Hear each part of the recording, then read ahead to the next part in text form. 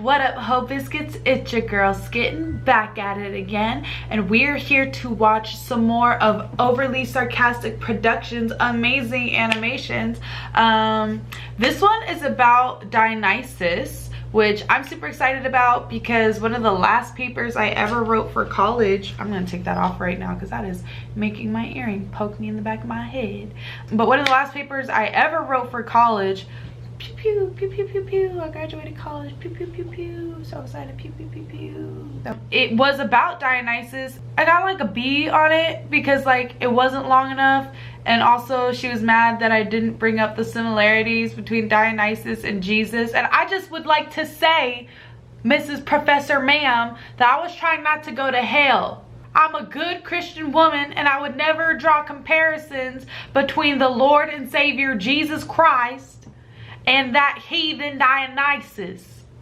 Don't know where the southern accent came from, but y'all know what I mean. So I'm excited to see what Overly Sarcastic Productions has to say about it, because Dionysus, he's such an intricate like figure in mythology. So I'm really excited to see how she combines everything, and she manages to do it in only 17 minutes. Yes, girl, you do you. I could never play the fucking piece of shit motherfucker, goddamn. Dionysus, god of wine, life of the party, known primarily for being drunk and having some pretty intense fangirls who killed Orpheus that one time. Wears lots of leaves, not a fan of pants, spends most of the day draped in grapes and turning dudes into dolphins. And having sex. Is there really more to him than that? Oh, is there? Is there ever? But we'll get to that. For now, let's start simple and cover the basics of the backstory. Got it. The official story of Dionysus begins with Zeus, who at this point may as well change his deific designation to god of one-night stands, carrying on a semi-secret affair with the mortal woman Semele. She said semi-secret. Catches wind of their business and decides that she's tired of just outright killing Zeus's children and girlfriends, and for this particular murder, she's gonna mix it up a little with some disguises. Hera transforms into an old woman and ingratiates herself to Semele, who trusts her immediately and confides in her that her boyfriend is Zeus himself. And not only that, she's actually pregnant with his son. But Hera's like, come on, every guy pulls that I'm really Zeus stunt to get a little mortal action. How do you know for sure he's being honest with you? And tells Semele she should make him prove his god status by showing her his true form. So the next time they meet up, Semele makes Zeus promise her a favor, then demands he drop the mortal shape and reveal himself in all his glory. Zeus isn't one to go back on a promise, so he gods it up a little and immediately vaporizes Semele Ark of the Covenant style. Jesus. But good news, sports fans, the mom may be dead, but the baby lives. Zeus takes little demigod baby Dionysus, oh yeah, that's who the baby is by the way, and sews him into his leg so the kid can finish growing. A few months later, Dionysus, yeah, that's who the baby is by the way, and sews. Okay, because in older stories, leg injuries were usually ball injuries. Ew, really? Ma'am! Him into his leg so the kid can finish growing. They sewed him into his balls. I definitely did not learn that in my research on Dionysus / Bacchus.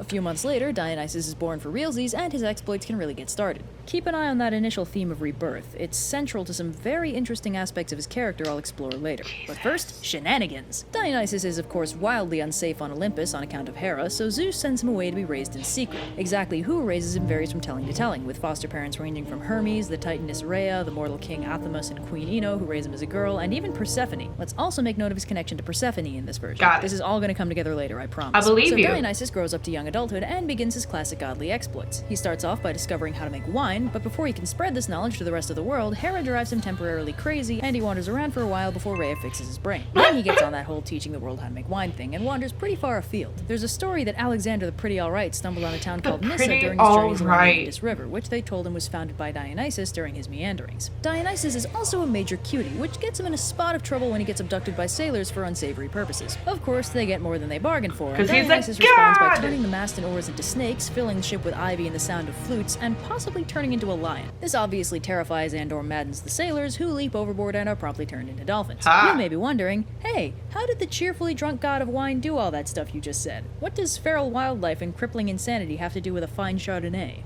Don't worry about that for now. We'll get there. While it's generally accepted modern canon that Hestia, goddess of the hearthfire, gave up her seat as the 12th Olympian to Dionysus and established his godhood, there is actually no mythological precedent implying that ever happened. Listings of the 12 Olympians will generally include either Hestia or Dionysus, but not both, so people kind of assume he supplanted her, but it's not really clear or established anywhere. He also gives Midas his golden touch, which turned out not good. That was a not good thing that happened. So, now that we've established some canon for Dionysus, forget all that because there is no canon. There is only an endlessly deep well of mysteries and fragments. I was gonna say, she's talking about this like things are like established about Dionysus, but one of the things about Dionysus is like, because like a lot of his worship was, I was gonna say his worship was committed, but like there were a lot of like cults and stuff that arose up around Dionysus, and like secret religions. I'm forgetting the actual term for it, but cults is good enough.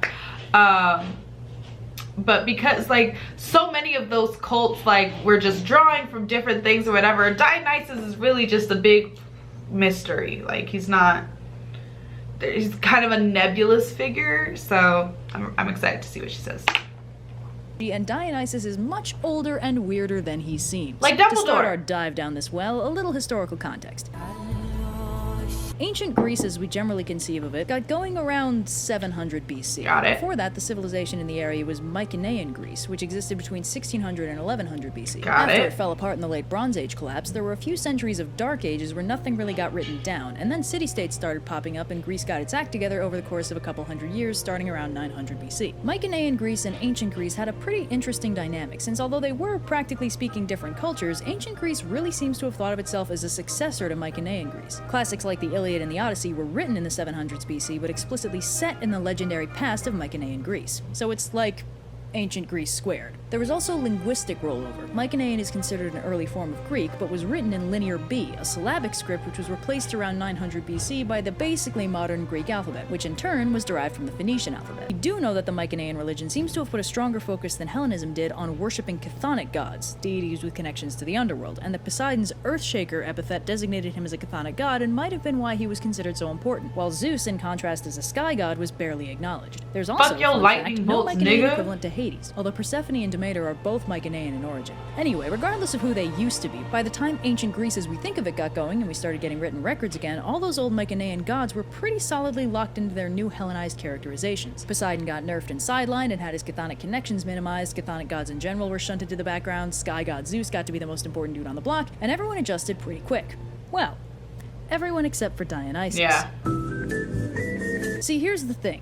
In the early days of ancient Greek historical analysis, everybody knew that Dionysus was a latecomer to the pantheon, although exactly how late is hard to pin down, but nobody really knew why. Before Linear B was deciphered, the theory was that he was an import god, since a lot of his documented myths had him coming to Greece from somewhere else, or wandering far afield before returning. But after finding his name in Mycenaean Greek inscriptions, that theory went out the window and a replacement was proposed. That Dionysian worship predated ancient Greece and was deliberately suppressed for several hundred years before undergoing modification and being allowed into the Hellenistic pantheon. Since ancient Greece had kind of a known habit of not exactly promoting equality for all its citizens, this wasn't too crazy of a notion. In essence, what distinguishes Dionysus from the rest of his pantheon is that his character development didn't happen during the Greek Dark Ages, but several centuries after everyone else got with the program. Which is actually pretty appropriate for a guy whose most consistent character trait at this point in history was chronic drunk. But why was he so late to transition? Well, to understand that, we have to understand his cult. And to understand his cult, we have to understand who Dionysus was before he got Hellenized. So let's talk about that.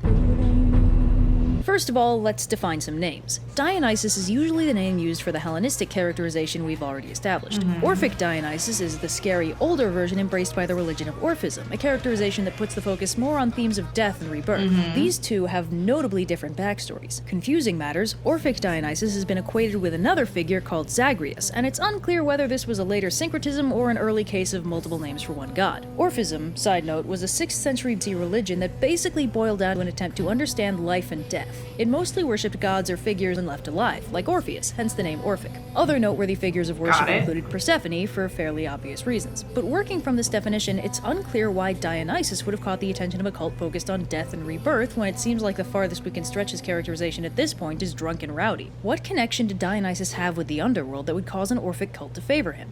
Let's talk about an older story of Dionysus' birth. The first difference between Orphic Dionysus and plain vanilla Dionysus is that he's the son of Zeus and Persephone, while in older fragmentary myths, Zagreus is instead the son of Hades and Persephone. Whichever way the parentage swings, Orphic Dionysus is slated to inherit Zeus' status as king of the gods, which enrages Hera, who gets a bunch of titans to murder baby Orphic Dionysus by ripping him apart and eating him. Athena saves his heart, and with Zeus' help gets him reborn, either by doing the leg implant thing again or sticking the heart in Semele so she can grow a baby around it. Either way, Orphic Dionysus gets reborn after Grody. being ritualistically shredded, and gets on with the whole being a god thing. This myth predates his Semele parentage and possibly predates ancient Greece overall, since the Mycenaean characterization also... I thought I died once. Turns out that's just what happened when you make daiquiris with Hephaestus' special stash. featured this theme of dying and being reborn early in life. It handily contextualizes both his theme of rebirth and his weird connection with Persephone that we touched on earlier, as well as giving him an unexpected link with the underworld that we don't see much of in his later characterization. This is strengthened by his Zagreus epithet. Zagreus in his earliest references isn't explicitly connected with Dionysus, but Okay. Mistress Earth and Zagreus, highest of all the gods. I now bid farewell to Zagreus and his ever hospitable father of nocturnal Zagreus. Okay.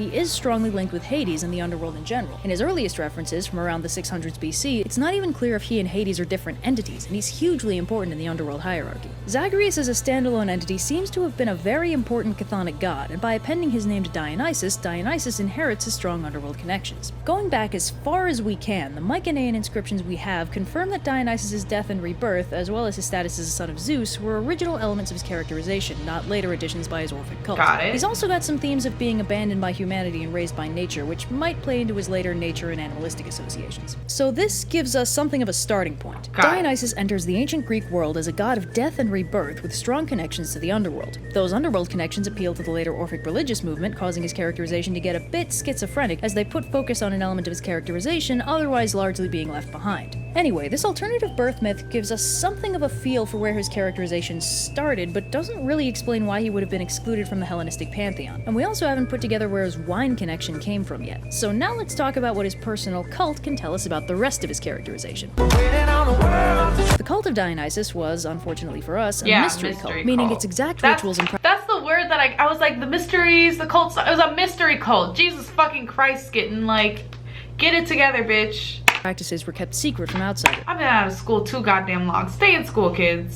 But we have pieced together the basics. For one thing, it predates ancient Greece by a wide margin, and might even predate Mycenaean Greece in one form or another. It also most likely started off less as a Dionysus cult and more as a wine cult, worshipping the state of intoxication and the liberation from societal inhibitions that came with it, because wine predates Mycenaean Greece and consequently Dionysus, and the wine cult is very focused on wine and the effects thereof, with the Dionysian aspect almost seeming secondary. It's even possible that the wine cult originated around the same time wine 6000 BC, making it very old. Old as balls. If this is true, it also probably originated in this place called the Zagros Mountains, which, yes, does sound a lot like Zagreus. This would be a really convenient etymological link if the two words were actually connected, but sadly they are not. Still a neat coincidence. Anyway, if this theory holds, the cult probably followed wine export routes to wind up in Egypt and then Minoan Crete, and then Mycenaean Greece where it scooped up Dionysus and made him its own. Really, for our purposes, it doesn't matter where or when the wine cult started, just that it wound up in Mycenaean Greece one way or another. The short of it is, a wine-centric cult popped up in the area, and one way or another, Mycenaean Dionysus got wrapped up into it, turning it into a localized Dionysian cult, and potentially affecting his early Mycenaean characterization to incorporate the invention of wine in the first place. We don't really know though, since the records are limited, and to a certain extent we're playing around in the recordless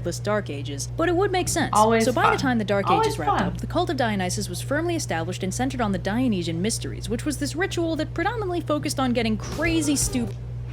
Getting fucked the fuck up, yo. Whoa, Dionysus, the 70s called. They want to know if they can borrow some of your stash. See, intoxication was at this point considered a form of possession by Dionysus' spirit, which in turn allowed the cult members to theoretically tap into his divine power, along with the primordial, inhibitionless subconscious mind that Dionysus' madness could release. There was also some pretty hefty symbolism linking the transformation of living grapes into fermented wine with Dionysus' transformative rebirth. Anyway, the whole point was liberation, catharsis, and a connection to the divine, as well as drunken insanity, crazy music and dancing, and symbolic recreations of Dionysus' death and rebirth. A lot of dismemberment happened. Like a lot. Mostly to bulls because they were symbolic of Dionysus, but it also happened to other stuff. Ever wonder why Orpheus got ripped apart by those ladies that one time? It's this. He died for a sweet literary reference. He was an artist, that's what he would have wanted. Unsurprisingly, Dionysus' cult attracted a lot of marginalized people, like women, slaves, and non-citizens, because it gave them the opportunity to reject the societal constraints getting dumped on them. To start with, Dionysus is explicitly not in the Olympic pantheon during the 8th century BC, because that's when the Iliad and the Odyssey were written, and Dionysus is notably nowhere to be found. He and Hestia are the only ones of the traditional 12 Olympians to not be referenced, so this is a very noteworthy exclusion. Dionysus was officially integrated into Athens somewhere between 561 and 527 BC, because that's the duration of the reign of famous famous tyrant Pisistratus, who first brought the Dionysia to Athens. The Dionysia was a formerly rural celebration honoring Dionysus and celebrating the cultivation of wine. When Pisistratus imported it to Athens, it grew to incorporate a competition of performances and plays, which eventually produced the field of Greek theater overall. At this point, however, one gets the impression that Dionysus still wasn't fully popular with the Athenians, as Pisistratus justified the importation of the Dionysia with a myth that outlined all the horrifying things Dionysus could and would do to the dongs of the Athenians who rejected him.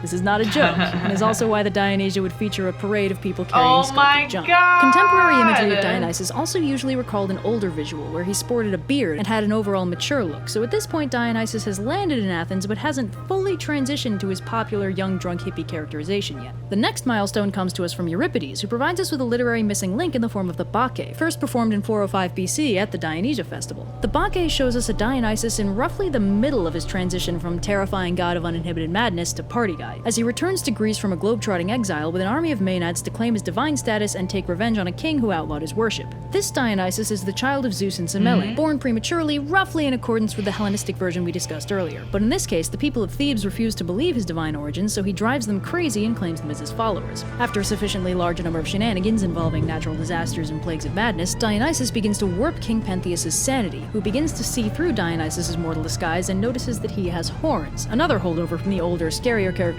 that didn't make it to the Hellenized edition. King Pentheus winds up getting dismembered by Dionysus' Maenads, including some of Pentheus' female relatives, and it's a happy ending. Or at least a cathartic one. This mid-transition Dionysian characterization shows us a Dionysus with a mortal mother, no explicit death and rebirth, a serious temper, no regard for the social structures that reject him, an army of crazed followers, the ability to induce madness and hallucinations in whoever he wants, and horns. Despite the absence of his dismemberment and rebirth in his Bacchae backstory, the theme is still held on in his worship, which is why Pentheus is dismembered in such a familiar way despite lacking the immediate mythical context. It also shows us that by 400 BC, Dionysus was basically considered an Olympian, even if his characterization wasn't quite all happy fun drunk just yet.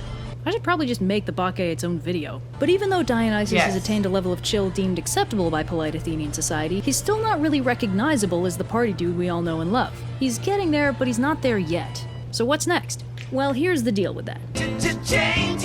A century after Euripides, a little something happened to Greece called Alexander the Great Gets All Up in Everyone's Business, during which time Alexander the Alright conquered his way through Persia, the Levant, and Egypt, radically expanding the ancient Greek world and paving the way for centuries of luxury for the kings that ruled this expanded Hellenistic world. These kings focused on two things and two things only: power and parties. And wouldn't you know it, they're power and parties. Sounds like some nigga we been talking about. There was an Olympian all set and ready to embody both of those things. Post the 300s BC, Dionysus' popularity exploded as the ruling class began embracing his extravagance and unrestrained party vibe, with the convenient undertone that Dionysus had been characterized as a conqueror for the past couple centuries, leading these kings to embrace his image even more strongly. Some of them even acted like they were Dionysus, but like incarnated or something. A cult that had previously belonged largely to marginalized communities that threatened the ruling class was suddenly being embraced by that ruling class, because frankly, the cult of Dionysus threw the best parties. And what with all the wealth and power they had to throw around, the Hellenistic kings didn't really want to do anything but party. And with that, Dionysus completes his transformation from death god to party animal. Thanks to the nationalization of his cult during the Hellenistic period, Dionysus, or Bacchus as he was commonly called at this point, settled into his recognizable modern-day characterization, leaving the majority of his more alarming character traits So when does he become fat and happy? behind. But this goes a long way towards explaining the lingering idiosyncrasies in his characterization. Dionysus probably had one of the most radical transformations in the entire pantheon, and while the toned-down recognizable version was mostly chill, he never completely lost the old-school death and madness god he used to be worshipped as. To torture a metaphor, both Dionysus and Greek wine were watered down for potability, but that didn't make them lose their inherent intoxicating properties. This also goes a long way to explaining why a pantheon of gods with concepts as big as war and wisdom and the entire ocean would bother having a god on the prayer roll whose entire job was being drunk. Closing time. Pro tip: if something in mythology looks simple and clear-cut, it's a trap. It's always a trap. There's thousands of years of context just waiting to strike and confuse everything. Yes, And that is why when I wrote my fucking paper about Dionysus, I was like, I have to end my paper here. I have to end it early because otherwise I'm gonna write a 20-page paper and it's 10:30 p.m. and my paper's due at 11:59 p.m. and I don't have time to write a fucking 20-page paper about this nigga. There's so much context, and like she talked about Bacchus and she talked about Zagreus, but she did not get into, which thank God she didn't get into because this video is long as hell, but she did not get into the similarities between him and Jesus. And like, oh my God, it's crazy. It's crazy. Dionysus was a beast though. Dionysus was fucking dope. I'm gonna make sure that I include the link to the original video. I'm going to make sure that I include the link to the original video in the comments down below. So that way you guys can go back and see see the context that was probably cut out of the video for time constraint purposes. Get it? I said porpoises because you turn niggas into dolphins. You get it? You understand? Okay, this video is way too long already. Peace out, ho biscuits. It's Skittin' Lit.